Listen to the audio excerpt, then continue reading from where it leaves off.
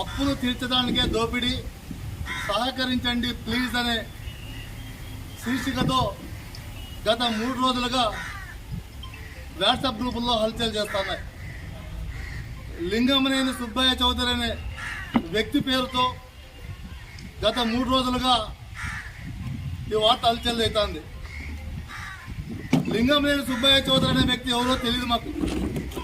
లింగమనేని సుబ్బయ్య చౌదరి అనే వ్యక్తి పేరుతో ఎవరెవరు ముసుగు వీరులు ఉన్నారో వాళ్ళే ధైర్యంగా చెప్పింటే కూడా మేము సంతోషపడేవాళ్ళం.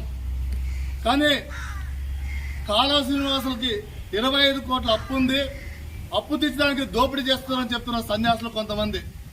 ఆ సన్యాసులందరికీ ఒకటే చెప్తున్నా, ఈ వార్త వెనుక ఎవడోడు ముసుగులు ఉన్నారో వాళ్ళందరినీ బయటకు తీసుకొచ్చేందుకు వదలమని చెప్పేసి నేను చెప్తున్నా.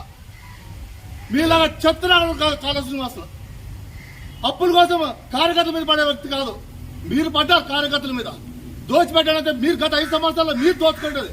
ఇరాన్లో ఉన్న సంపద దోచింది మీరు, కాంగ్రెస్ కాదు, తెలుగుదేశం పార్టీ నాయకులు కాదు. మీరు చేసే తప్పుడు పనులు మూసుకోవడానికి ఈరోజు మా మీద నిలవేస్తారో మీరు కబడ్దారు చెప్తున్నాను. ఇది ఇంతతో వదలం మేము. దీని వెనుక లింగమనేని సుబ్బయ్య చౌదరి అనే వ్యక్తి పేరుతో ఉన్న వెనుక ఎవరైతే ముసుగు వీరు ఉన్నారో వాళ్ళందరినీ కూడా తొందరలో నిగ్గు తేలుస్తాం, బజార్కి ఇడుస్తామని కూడా నేను తెలియజేసుకుంటున్నా. సన్యాసులారా, సిగ్గులేదురా మీకు? 5 సంవత్సరాల్లో కోట్ల దోపిడీ చేశాను కదా. 2 నెలలే తెలుగుదేశం పార్టీ అధికారంలోకి వచ్చింది. మీకు సిగ్గులేదా? మీకు అంటే అధికారంలోకి రాదంట, మీరు డిసైడ్ చేస్తున్నారు. వచ్చే ప్రభుత్వం అధికారంలో రాదు, అందుకే ఇప్పుడే దోచేసుకుంటాం. 2 నెలలు అయింది మా ప్రభుత్వం వచ్చి. మేము ఏం చెప్పినా ప్రజలకు ఏం చేయాలని ఆలోచిస్తున్నాం. మీలాగా దోచుకోవడానికి ఆలోచించలేం మేము. మీరు దోచుకున్నారు కదా, ఎందుకు మా మీద ఇది ఎక్కువ చెప్తున్నాను నేను. మీరు వాళ్ళ పేరు మీద వీళ్ళ పేరు ముసుగులు వేసుకుని ఎందుకు వస్తారు? రాండి, దమ్ముంటే రాండి. మీరు గత 5 సంవత్సరాలు మీరు ఏం దోపిడీ చేశారు నేను చెప్తాను. మేమేం దోపిడీ చేశాను రాండి, పబ్లిక్ రాండి, దమ్ముంటే రాండి. చెత్త మాటలు మాట్లాడుకుంటే కాళేశ్వరం నిందేస్తారా? కాళేశ్వరం మాత్రం నిజాయితీ గల వ్యక్తి కాబట్టి రాయదుర్గం చరిత్రలో ఎవ్వరికి అంటే మెజార్టీ రాయదుర్గం ప్రజలు కాళేశ్వరానికి ఇచ్చారు. మీకు కదా సన్యాసులారా కాళేశ్వరం గురించి మాట్లాడేది? మీ యోగ్యత ఎంత? మిమ్మల్ని మీరు కాపాడుకోవడానికి బతుకుతున్నారు మీరు.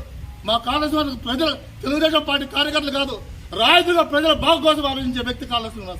మీరు ఆయన గురించి మాట్లాడుతున్నారు. ఆయనకి హనుమంతుడి బినామే, హనుమంతుడి దోచుకోవడానికి నన్ను వదిలేడా? చూసారా మీరు సన్యాసులారా? మీ బతుకేంతం ఇది.